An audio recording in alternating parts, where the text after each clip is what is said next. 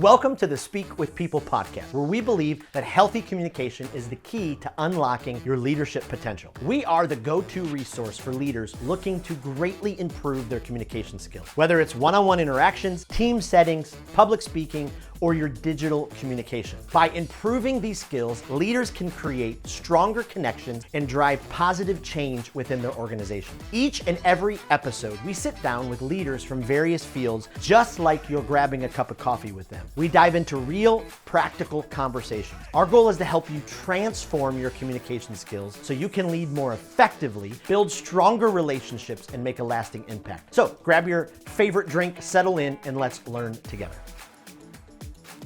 Well, how can becoming a better public speaker help you grow your business and your influence as a leader? I know we've probably all thought about it from time to time, but what can we do as a leader to continue to improve our public speaking skills? Well, today I'm super excited to dive into this topic on the Speak with People podcast. And really, this can be a game-changing question. And what I really love about this conversation is I met our podcast guest a few months ago in an event in Charleston, and I sat in the back row of this conference room listening to his presentation and was just blown away by the depth, the content, the way he navigated it, and the way he took all of this data and research and just brought it alive. And I ran up to him afterwards, like I was at a Taylor Swift concert, and I introduced myself and then got his card. And even as we had the pre-call for this conversation, I was so excited to hear just how he got to a place in his career where he knew he had to invest in his public speaking skills. So that's what we're going to do today. I am so excited to welcome Alex to the podcast. Thank you so much for being on the Speak with People podcast. Jason, thank you so much. First time I've ever been compared to Taylor Swift, so I'll take it. That's a great comparison. There you go. I love it. I had not planned to say that, but it was great. It was one of those moments. But I love it. You've been in sales for a long, long time. You've done presentations all over the place. I mean, hundreds of them.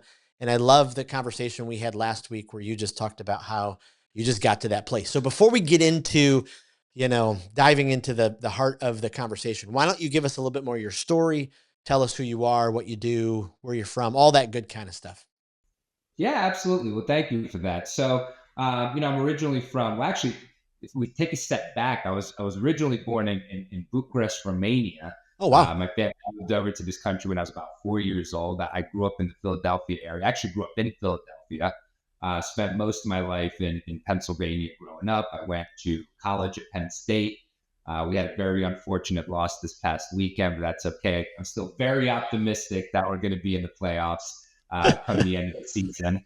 And from Penn State, I got the chance to study abroad. I got the chance to expand my studies over in England, spent some time living in Manchester and London, came back to the U.S., and then right away I got into financial services, right? So it was I was about 22 years old. I started with a company called Planco, who was the distributor for the Hartford for products like variable annuities and mutual funds. And I did every job that they had, from the most entry-level sales role, answering phones. I worked my way up to being allowed to actually make phone calls, right? So I was taking phone calls for a while, then I was able to make some phone calls, went out into being a field wholesaler.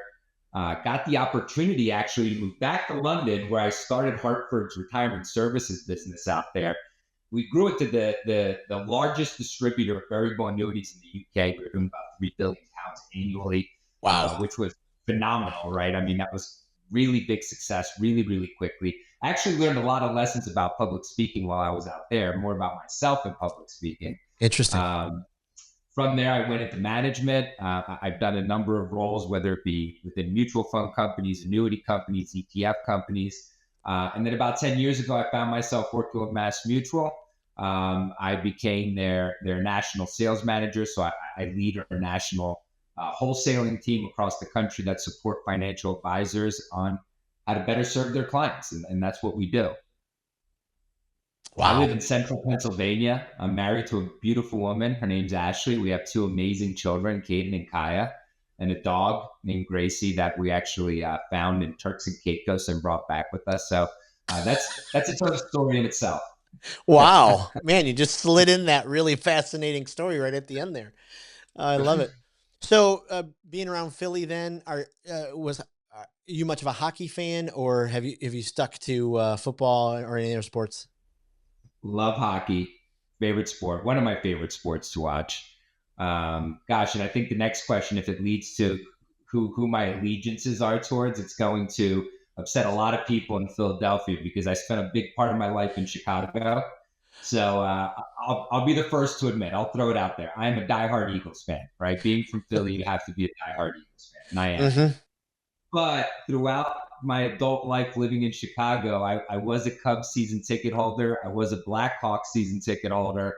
And I'm scared and proud to say that I'm a big Blackhawks fan, a big Cubs fan, big Eagles fan, and of course, Penn State football. Oh, I love it.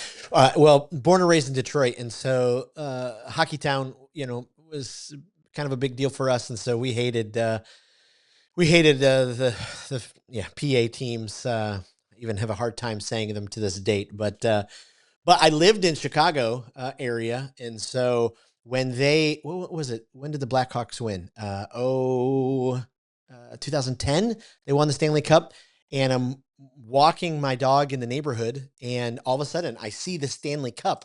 One of the assistant GMs, I didn't even know it, lived in our neighborhood, and he was having a family and friends party. So there I was walking over to the the Stanley Cup. So it was fascinating. Did you become a football fan when you lived overseas?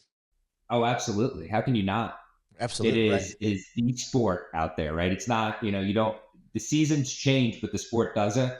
And those guys only have about 2 months off at the end of a season, going into the next season, and it starts right back up again. I lived in a town. I ended up moving out of London, so I moved to a town called Brighton, which is like right on the beach in southern England, probably about 30, 40 miles south of London. When I lived there, Brighton, our soccer team, our football team, was not very good. I mean, it goes Premier League, and then it goes to the Championship, and then League One, League Two. I think we got all the way down as far as to definitely League One, maybe even League Two. At the time, they actually played at my gym. There was a soccer field outside of the gym there, and that's where Brighton played. Now, today, fast forward, we're in, I think, fifth place in the Premier League. Big, American Express has a big stadium out there. It's a completely different team than it was when I was there. But I've been a diehard Brighton and Hove Albion supporter for a really long time. Wow. And what an interesting world the last couple of years with Ryan Reynolds and McInerney, buying a Mm-hmm. team, and then Ted Lasso coming onto the scene, and so all these people are super interested all of a sudden in football. It's been fun to watch.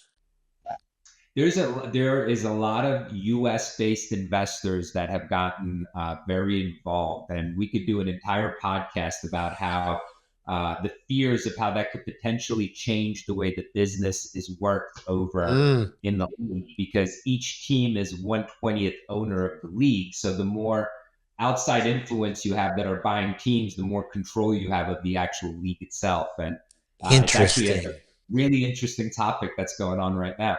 Huh. Huh. Okay. Well, the next episode, we'll get that one scheduled. Uh, One of the things I loved about our conversation last week when we were kind of brainstorming about this is just as you take us back to that moment in your career where you realized, okay, I'm going to have to learn how to get better in front of people, and kind of that place you got to where you figured out what would happen or what could happen if you did that. That was just so powerful, and I'd love to bring our listeners in on that. Sure. Yeah. Thanks for that. So, in what we do, right? So, in financial services wholesaling, where you have there's sales reps, but I think it's a lot more than that, right? We're really consultants that work alongside financial advisors to better support their clients and their communities. Is what we do. And in this position, when you first go out to getting a job as an external wholesaler, right? You come from internal sales into external. One of the biggest areas of preparation is actually public speaking. Mm, Although not a lot of people do it as well as we want them to, that's a big part of how do you get out into the field. So When I first started going for external jobs, I really needed to get better at public speaking, and I was terrible. Just like everybody else, I was scared. I tried to memorize talking points, which, by the way, spoiler alert, never works.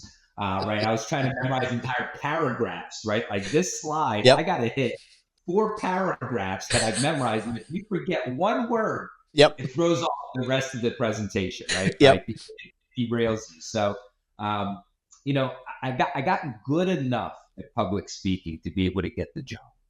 And then I went out into the UK, and part of the job is you get in front of groups of financial professionals and you deliver a presentation on your product. And I had an idea in my head of what a financial services public speaker is supposed to sound like and supposed to look like, and this is how I'm supposed to stand, I guess. And, the mannerisms I have. And it was just so not believable.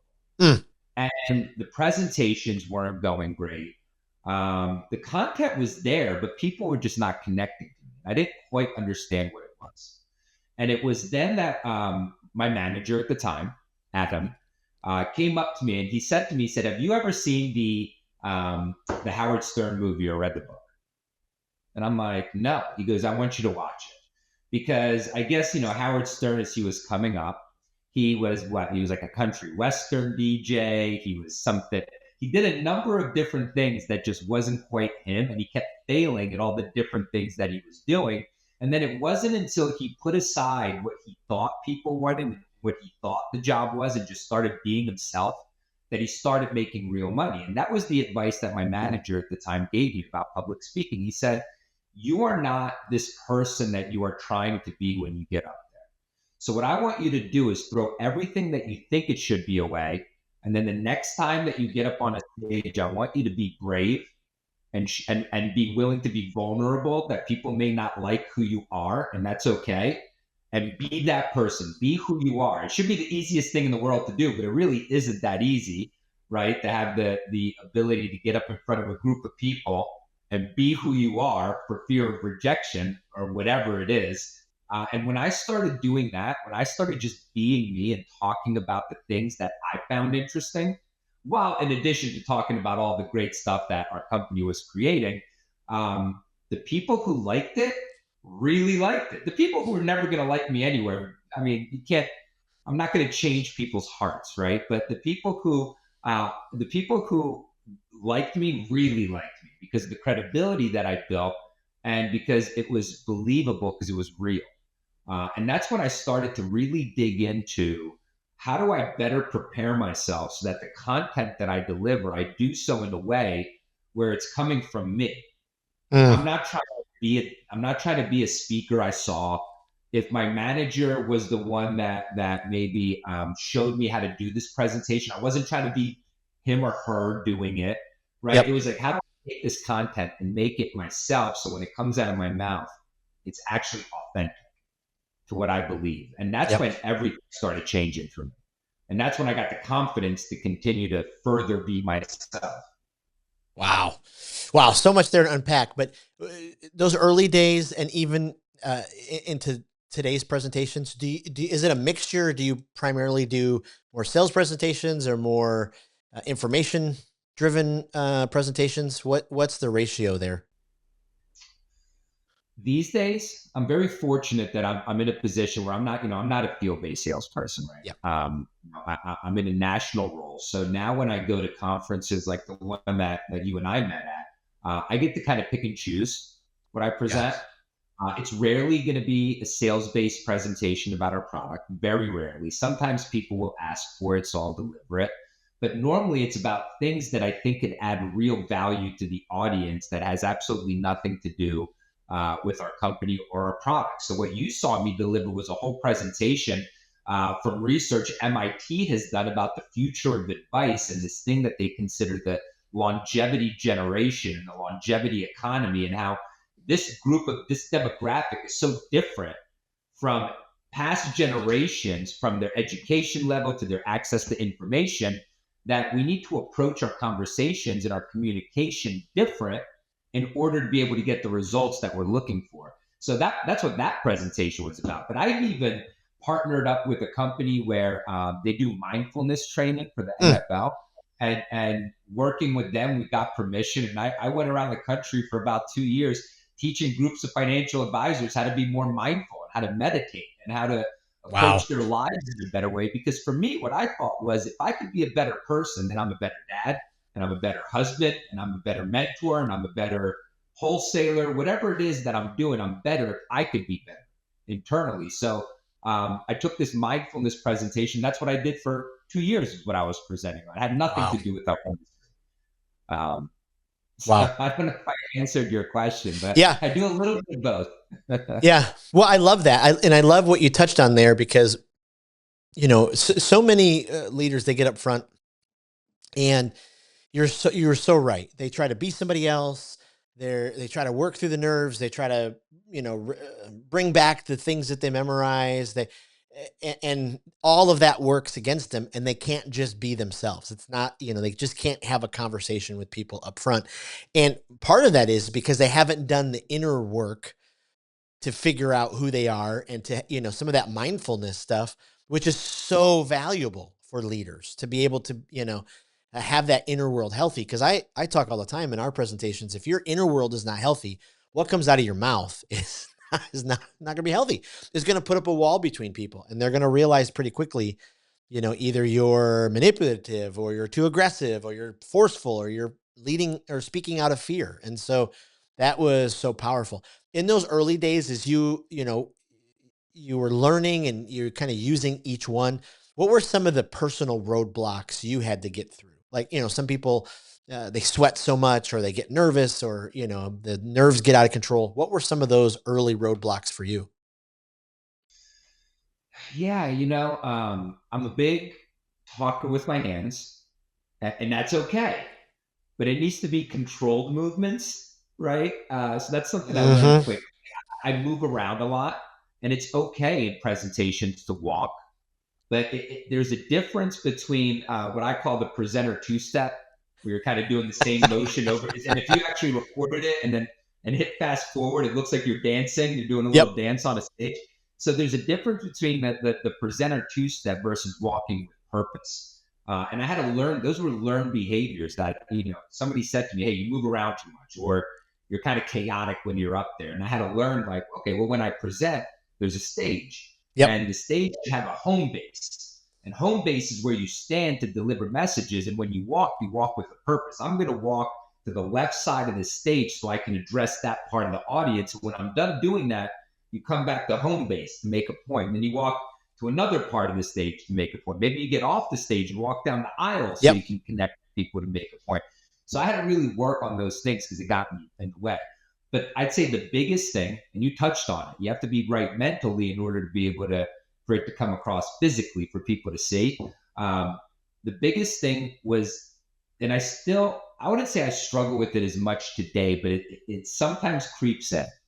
It's this idea and ability to let go. Mm. And I sometimes get in my head, and I think a lot of speakers get in their head of kind of like, I don't know what you would call it, maybe imposter syndrome, maybe like, who do I think I am that I'm going to get up here and I'm going to put on this like big performance of a presentation and tell people what I think is interesting? Like, who am I to get up there and do that? So then you fight the urge to let go. You Wow. kind of fight the urge to go out and be 100% you because you're afraid that maybe, the blowback you're going to get is that people don't like what that is.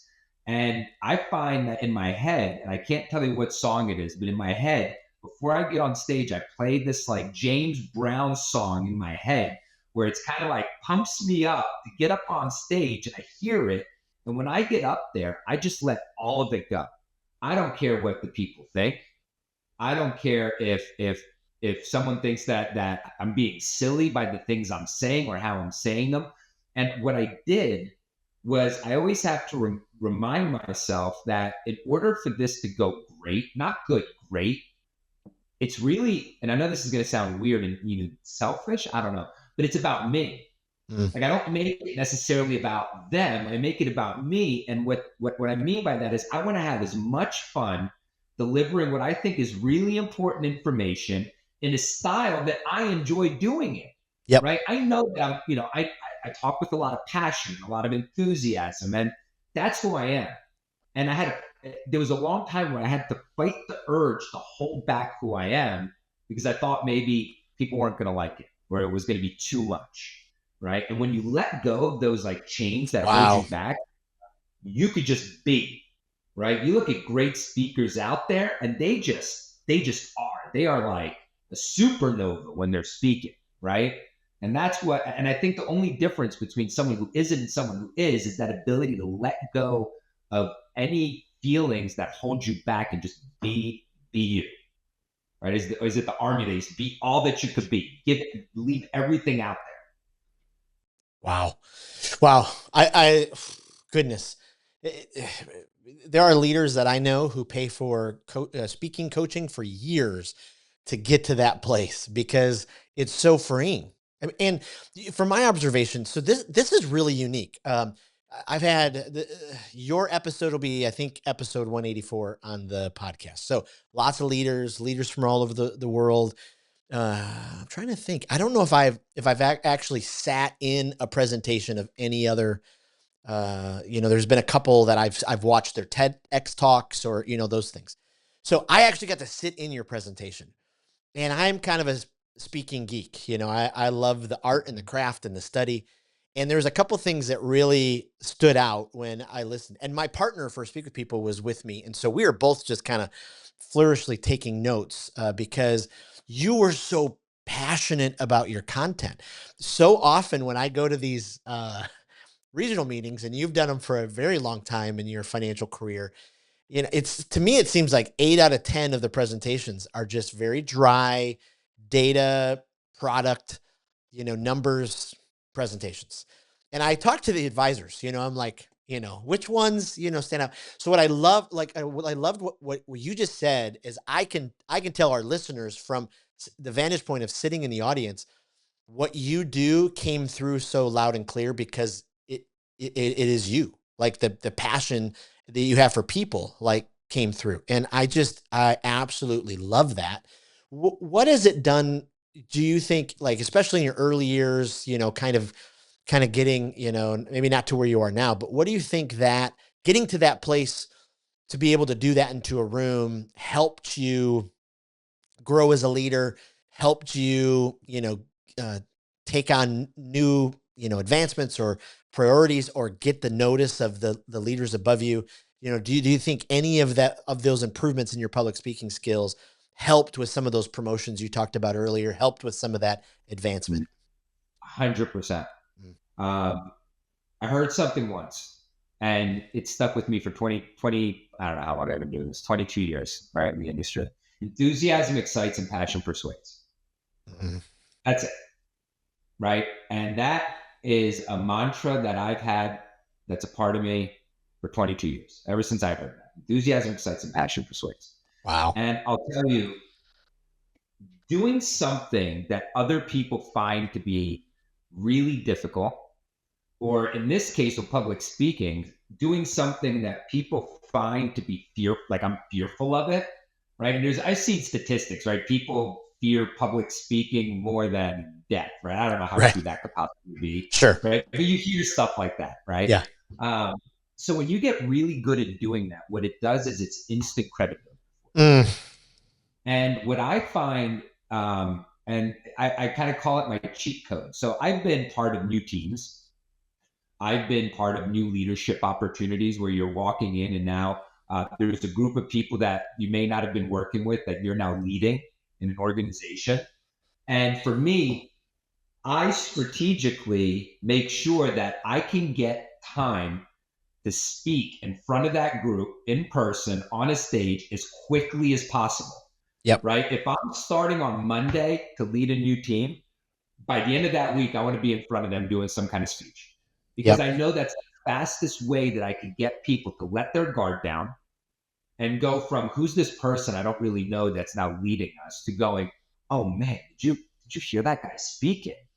Like I walked out of there pounding my chest and we were all like fist bumping and hugging and high fiving. And it's for me, it's the quickest way to build credibility. And that's really helped me. And I use it as I don't want to say crutch, but it is my like trump card. It is what I use in order to be able to move forward in something and establish myself as a leader within a team or the industry or the business or whatever it is. Nothing has helped me quicker build that credibility and establish myself as a leader than getting up on a stage and speaking. Wow. And yeah, I had to work to it. This doesn't just happen, Yep. right? There's a lot of preparation that has to go into every single time you get up on stage and speak. But for me, it's absolutely helped me stand out, right? So like when you stand out, that's a good thing, right? Don't ever be part of don't ever blend in, right? Blending in is not going to get you to excel quickly. You want to stand out, and this is a good way. You can either stand out for good things or bad things. This is like a really positive way to stand out, right? Yep. And you're doing something that most people, like you said, have to hire coaches and work with them for years to get to a point where they feel comfortable. And here's the thing, even and look, there's great speakers everywhere, but even people who are trying to get really comfortable, leaders who are trying to get, if they're not there, and then you have someone like myself who can step in and do it, they will often go, oh, they'll give it to you. They give you the Yep. keys to the castle. They go, hey, look, I'm good at what I'm good at. I'm going to let you be the person that does this from now on. And then that credibility just compounds on itself, Wow. right? And every time you do it, you get more credibility. And you know, the thing about when I do these presentations, so a great example was the one I met you at. One is in sales, I could do a one-on-one meeting and I'm talking to one person.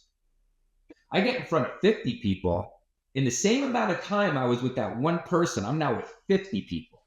But here's the thing, in the group of 50, there's going to be at least, let's be conservative. There'll be at least 2 people out of 50 who approach me after a presentation and go, can you come do that to my group? So that 1 hour then led to another 50. And then, and then another 50 and another 50. And it kind of just keeps building on itself, because when you're a good speaker, people want you to be that for them. It just keeps leading to more opportunity, more business opportunity, more leadership opportunity. And I love the fact that people are scared of it. I'll take it all day long. I'll do all the speaking. I love that. Oh, I love that. What, no, I think that's incredible. Jeff Henderson is a leadership, guru, written a couple books, and I heard him say once, typically leadership follows the microphone. And what you just said so backs that up. When you can influence someone from the front, oh my goodness. Just even yesterday, I was, or 2 days, I can't remember when it was, a couple days ago, speaking somewhere, and a gentleman came up to me afterwards, and he was a COO for an organization. And he just said, boy, I'm really interested in what Speak with People does. Tell me about, how you offer training for teams. And so I walked him through, here's, our internal training, speak with your team. This helps your team members be more productive, handle conflict better, all those kind of people first skills. And then the external, okay, speak with your client. How do we build trust with speaking through our clients? So anyways, I walked through all of that. And he goes, yeah, but what else, like coaching wise? He's like, I just watched you speak. That's how, is the best I can. That's how I want to captivate a room. And so he was so interested in the coaching end because he saw me produce. And that was, that's just an incredible part, for leaders. So what advice would you give to, leaders who they've been sitting in team meetings, they've been at these regional events, and they're like, okay, I want to be that person someday. How do I take some steps to be able to make some of these presentations? Yeah, that's great. Great question. I think it's like anything else, right? How do you get better at running? You run. How do you get better at pull-ups? You do more pull-ups, right? How do you get better at speaking? You got to put yourself in every opportunity to be able to get up in front, whether it's one person, 2 people, 5 people, 500 people.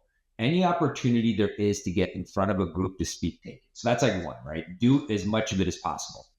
In addition to that, I never say or do anything in front of a group for the first time in front of a group. As much as, and here's my thing, I'm going to put my secret out there. Now people are going to see me speak and they're going to be like, I know what you're doing. I go as far as to stretch it out and make it look like I've never said this or done this. And I'll sometimes even get up if I'm going right after a break and people are breaking, right? I'll even go up and look at the slides a little bit, like confused, like, oh, what is that? Like, let me make sure I understand what we're talking about today first. And this is unique. I know every slide in there inside and out. I have practiced that in front of a mirror inside and out. And when I say practice in front of a mirror, I'm talking about full length mirror on a wall, wearing the exact suit you're going to wear when you're presenting. If you're going to have a tie, which, for me, you saw me with a tie. I had the tie on 100% of the time on stage, or a pocket square, or your wedding ring, or the watch, whatever you're going to wear. This is a full on dress rehearsal. And while you're presenting in front of this mirror, you're going to notice things. You're going to notice that maybe you play with maybe this is your nervous tick. You play with your wedding ring. Yep. That's a distraction. Yep. So if that's the case, you're not wearing a wedding ring that day. Yep. Right? Just take it off for the presentation, put it back on. I'm not advising people to not wear wedding rings, right? So like when my wife listens to this, that's not what I'm saying. I don't play with mine, so I always wear them. But it's like, if you wanted to wear that one pocket square, but every time you move, it kind of falls out a little bit and you have to tuck it. That's a distraction. Don't wear that. Right? If the suit you're going to wear, when you go to button it, because I really do believe that when you're up in front of people, you should button your suit coat, right? Make sure your socks are pulled up, your shoes are shining, your suit coat's buttoned. And maybe you gained a little bit of weight. We've all been there. I got a whole closet full of suits that I don't fit in because I've gained a little bit of weight. So if you're trying to wear that suit, when you button it, it doesn't look right. You need a different suit, right? So it's like, it's not just presenting out loud, which you need to do. People often practice in their head. That's a mistake. Right. You need to do it out loud, and you need to do real dress rehearsals. And the other thing that the tips that I would give to people is they get too hung up on slides. The slide is irrelevant. Like, it doesn't matter what the slide says. The slide gives you a snapshot, but it's not the story. Yep. Like I always tell people, it's like, what is the story behind the slide? What is the actual story that brings it to life? And you need to get really good. Like some of the skills that you have to build to public speak, it's not just about your confidence, because confidence comes with doing it. It's the skills of like what am I trying to say, and how do I tell stories better? How do I take this data and make it real so that people go, oh, that is I know that's my life and I fit into that, right? You're able to relate something on a slide to something real to people, and then that's what people take away. And then the last thing I'd say, because there's so many tips and go on getting better, but the last thing I'd say is that I think of it a lot like a stand-up comedy, right? I think it's good to be funny, because funny makes things go a little bit better. Someone once said, if you're not funny, don't try to be funny, because it doesn't go over well. And I get that, right? I'm like moderately funny. At least I think I am.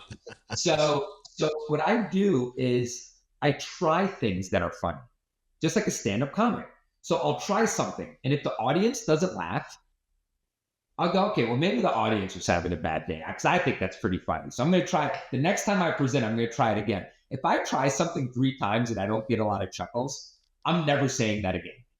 But if I try something and it evokes emotion every time, right? You're getting roaring laughter from people. That becomes part of, and I don't want to say skit, but it becomes part of my act, right? So I know that on slide 3, when I'm hitting that economic data, I'm going to hit them with this joke because it kills every time. Yes. And throughout months and years of practicing the same things over and over again, you get an act. Right. And yes, I'm delivering knowledge, and yes, I'm delivering things that can help advisors better support and serve their clients. But the stuff in between is an act that I've practiced and worked on and polished over time to get to where it is. And then you make it look effortlessly. And then that's where I take it that step further and almost pretend like I don't know what I'm there doing. And then people go, man, you crushed it. It's like, no, I know what I'm doing. Right. Like hours, tens of hours, hundreds of hours have gone into that 20-minute presentation to get it to where it is. Wow. I mean, that's so powerful in and of itself, because so many leaders, they just don't want to put in the time, because they think, okay, I'll just get up and I'll just, do the best I can. But when you put in the time, going back to sports here for a second, one of my favorite Kobe Bryant stories ever, they're in the Olympics. I can't remember what year it was, but I think it was one of the years they got trounced, which is surprising because they had Kobe and they had LeBron James and, Carmelo. But, all the young guys are coming in from a night of partying, and Kobe's already done with his 4 a.m. to 7 practice, eating breakfast to go back to his second. It's the same way in our leadership. Like, why, the fact that you practice in front of a mirror.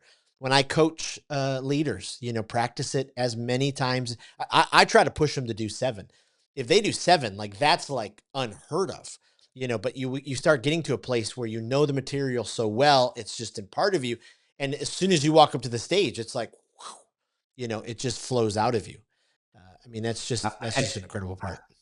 I love that you even bring up Kobe. I am ever since I've heard this concept from David Goggins, right, the Navy SEAL, who's uh, out of his mind, and in my opinion, in a good way, in a lot of ways. I mean, he shows you what the mental aspect of physical fitness is about and pushing through, right? And he had this concept in his book where he talks about being uncommon among uncommon people.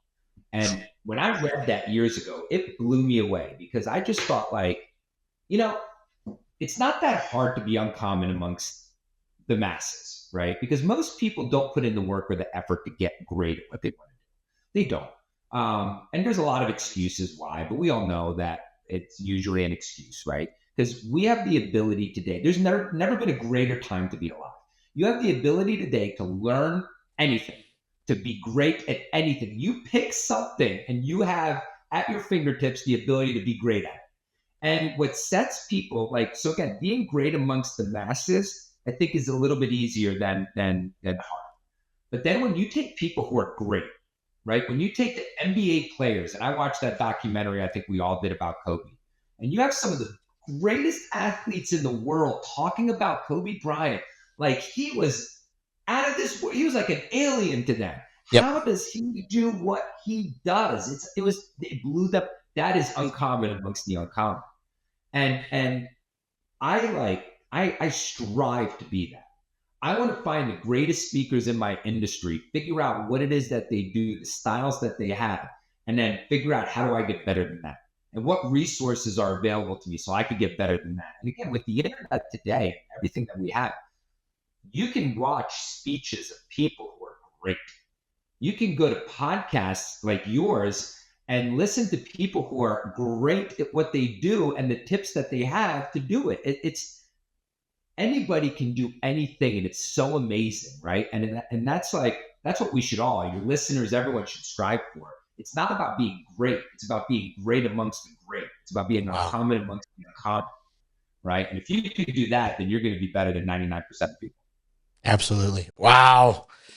Oh my goodness. I mean, such gold, especially for, the everyday leader they need to get to that place, because you just kind of gave us a master class. That's powerful. We could keep going with like 10, 15 more questions, but I'm going to cut it there because, holy cow, we've got, so much great information there about using public speaking, getting better, practicing, rehearsing. I mean, so many just practical things. Before we close the door, I want to ask you some rapid fire questions. We're building this online database, so every leader can go and get inspired with some new leaders. Is there a speaker that you love? I mean, somebody that you time and time again, you watch one of their messages and you're just blown away, and you'll send it to somebody else, somebody that you could recommend? Gosh, there's so many of them, right? When you come to mind, like great speakers, who comes to mind, right? You think about motivational speaker like Tony Robbins comes to mind, right? He's just so powerful up on a stage, the way he commands an audience, right? He's also a big dude with a big booming voice, right? And that all helps, but it's his confidence level that comes across, right? So like that's one. In our industry, and someone you should definitely try to get on your podcast.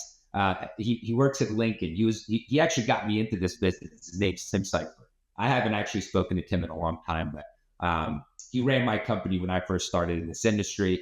He's the reason I got into this industry originally, and he is phenomenal in that he makes you. If he tells an emotional story, you have 200 grown adults crying in the audience, right? From the stories that he tells from the heart. So he's a phenomenal speaker. And I also find that a lot of like, if you want to see good speakers, like look up some of the religious speakers, right? Like preachers or like Joel Osteen, or it doesn't matter if you're like, if that's your thing or not your thing, that's not what I'm saying. But like when you see a lot of these preachers who preach, Yep. they do so powerfully. And I believe it's for the same reason, because this is something that's coming from here and they're letting it out. When you speak from your heart with your soul, how can you not be a great speaker? That's right. That's right. So those are just, some things that come to I mind. love that. I love that. Definitely. If you're a podcast listener, is there a podcast that you either guilty pleasure or development that you just keep going back to, you pass on to your team, you've learned a bunch from? Guilty pleasure. So first of all, I'm really big into health and fitness, and more so recently than ever before, because I have young children. Mm. I have a 5-year-old and a 1.5-year-old, and I'm not a young guy. I didn't have kids until my 40s, and my big fear was that I wasn't going to be around to meet my grandkids. And if I was going to be around to meet my grandkids, it was going to be one of those scenarios where it's like, hey, don't let dad hold the baby. So I did. That's not what I wanted, right? So I got really into how do I get better physically fit, mentally fit, emotionally fit. So there's great shows out there like Andrew Huberman that I love to listen to, right? He's got great people, scientists on. It's all based in science, and then he teaches you so many different things about that. That's a podcast that I listen to a lot. I'm really big on mindfulness and meditation. I love that. So I love that. just anything that's about stoicism, mindfulness, controlling emotions, not letting them control you, I think is a big thing, right? It doesn't matter how mentally fit you are, physically fit you are. If you allow emotions to be anything other than what they are, which is a tool, they're just a tool that is given to you by your God-given tool that your body has to help you navigate the things around you. But you need to be the one that's in control, right? And so anything around mindfulness, stoicism, Ryan Halliday's got some great stuff on that as well. I really listen to those. Simon Sinek, I think, is great. Guilty pleasure. Joe Rogan's great. I think that, especially when he goes off to the deep end with the space stuff and alien stuff. And I think that's really fascinating. It's what I listen to when I'm working out. He just had a Absolutely. great podcast with Brian Cox. That he's a British physicist or something. And they were talking about quantum computing and what that's all about. And it blows your mind. Right. So those are some of my guilty pleasures. I love it. And then lastly, is there a book that you would say, boy, every leader, you got to make sure you read this at least once? Honestly, and I know I mentioned stoicism. I'm a big lover of the Stoics, but and it's not a cliche. If it is, things only become that way because they're probably good. But Meditations, Marcus Aurelius, Meditations. What's so fascinating about that book is that he didn't write. This wasn't he wasn't writing a book to be published. Thousands of years later. That wasn't what it was, right? This was his journal, right? And the first 1/3 of the book is about gratitude. He just writes about the gratitude he has for other people, right? Amazing. He didn't think this was going to be read, generation after generation, and just his ability to be able to help you understand that you are not your mind and you are not your body, and you are the one observing those things, and the way that you approach life as it unwinds is the difference between success and failure. We've all known somebody who's great at what they do, and they've allowed their emotions, or they've allowed a moment in time to get the best of them, and it's derailed everything. Wow. Right? True leaders can really hone in on that skill, and if you could do that, which is the hardest thing to do as a human, we're emotional creatures, right? Yes. Yep. If you can get even a little bit good at that, and I'm not even a little bit good, I'm working towards being a little bit good. Man, the world is your oyster. So meditations. I love it. Boy, this has been incredibly powerful. I cannot thank you enough. If people want to find you on LinkedIn, is that a good spot to Yeah, search for you? Absolutely. LinkedIn, if they're in the financial services industry, I do a lot of stuff on Asset TV. So they should sign up for that. That's free for anybody. I think anybody in the industry. So I do a lot of talks on that. And that's kind of, I don't do a whole lot of other social media, although I know I should. My wife built an entire business through social media. So I have an advocate in our household. So I will I get love better it. at I love it. it. Well, I can't wait for another conversation at some point because I know we have so much more to talk about, especially when it comes to leadership and all of that. So I just can't thank you enough. This has been incredibly helpful, incredibly practical, and I've just loved this conversation. So thank you so much. I appreciate you very much. Thank you for having me on. Thank you for listening to the Speak with People podcast, where we believe that healthy communication is the key to unlocking your leadership potential. Thank you for leaving a review on Apple Podcasts or Spotify. And thank you for every like and every comment. Every single time you cut and copy a link and send it to a coworker or a friend, it absolutely means the world, and it helps each other transform our communication skills. Lastly, don't forget about a great resource that's available to you, our communication skills library. At the end of every episode, we ask each guest their favorite speaker, their favorite podcast, their favorite book, and we've compiled all of those resources together to give you an amazing library to continue your growth and development. Thank you again for being a listener and for being a part of the Speak with People community.